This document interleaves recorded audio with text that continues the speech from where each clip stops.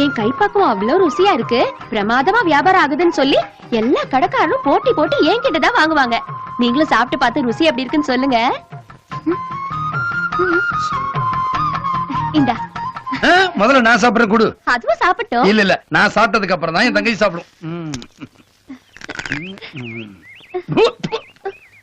ஐயா, என்னமோ பெரிய கைப்பக்குவம்னு சொன்னா ஒரே சிக்கு வடை உப்பு கறிக்குது.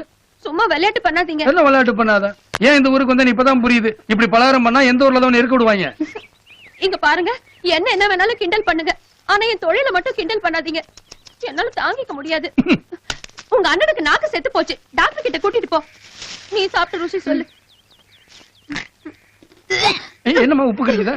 இத பாரு, உங்க அண்ணன் மேல பாசம் பாரு, அதுக்காக அடுத்தவங்கள மோசம் பண்ணாத. நான் என்ன பண்றது, இருக்கிறதானே சொல்ல முடியும்.